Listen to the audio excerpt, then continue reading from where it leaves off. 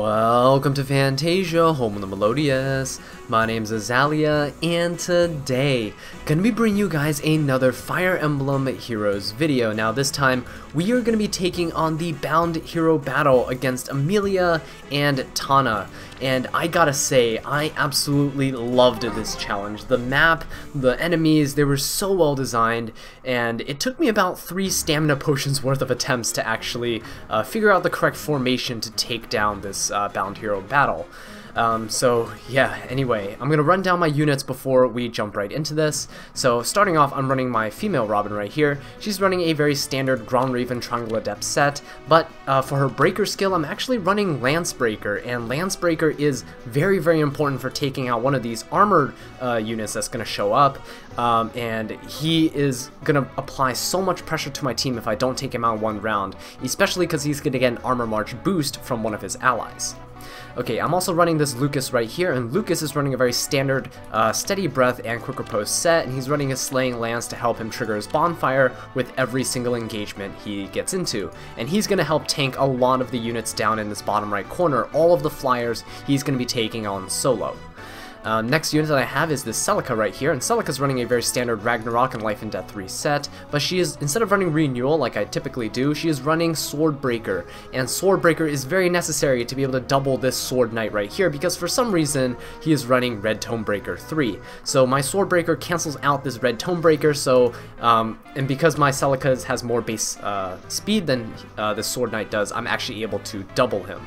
So that's very nice. Celica also is running Blazing Light and AoE Special, and that's because she's able to one-shot armor units with this if it is charged, and that is going to be very important later on near the end of the map when we're all cornered up in this top right corner.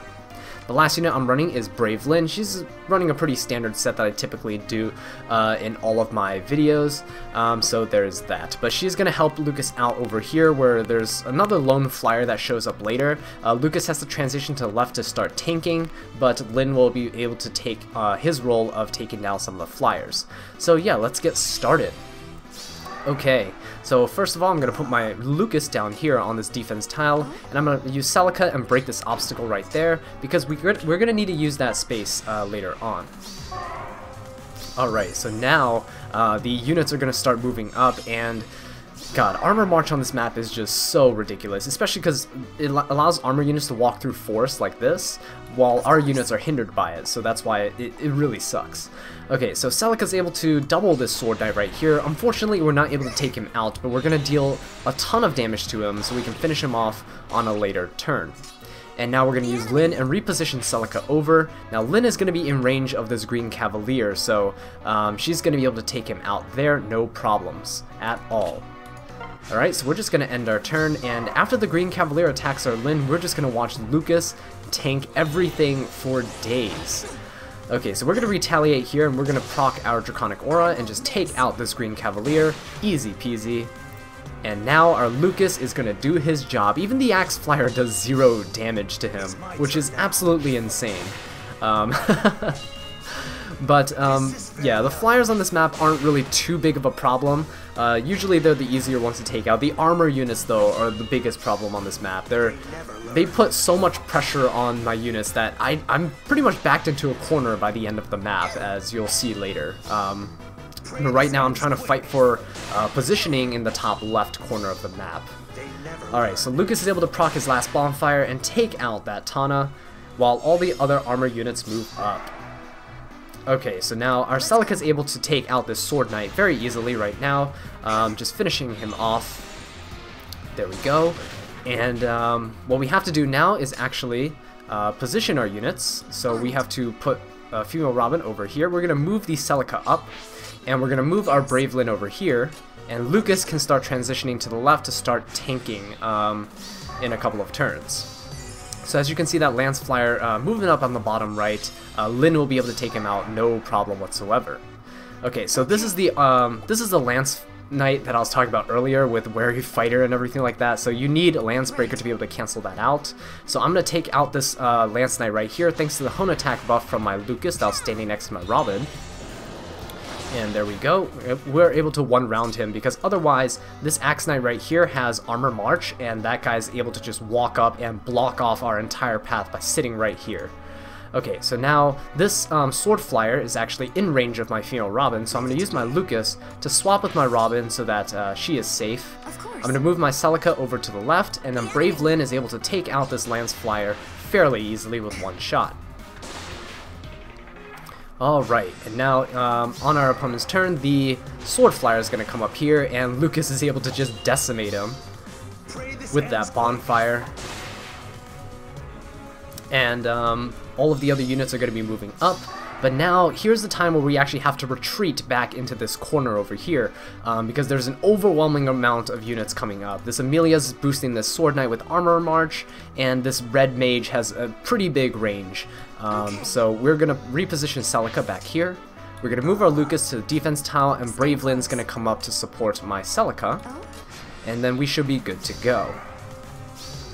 Alright, so all the units are going to start moving up, and the first unit we need to focus down is actually going to be this Red Mage. He's going to be a very big problem for us.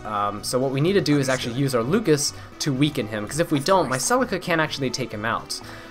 So that's why this is necessary. So we're just going to soften him up real quick. And as you can see, my Celica, with this hit, she's actually able to fully charge her AoE special, so she can use it on the remaining armor units that are here. And I'm going to put my female Robin down here. Even though this Axe Knight's going to get the Armor March buff, he's not going to move up and attack my female Robin. He's actually just going to stay there and attack my Lucas because he deals more damage that way. And the AI is programmed to attack the unit that they deal the most damage to. So that's very nice. Alright, so we're going to be able to retaliate, but we won't be doing much damage at all. These Axe Knights are very, very tanky. But we are able to do some damage to the Sword Knight, which is going to be pretty good.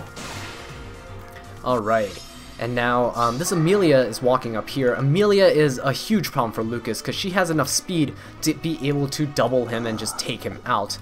This Axe Knight, of course, is running things like Wary Fighter, so he's not able to double us, and with his very low speed, it wouldn't matter anyway.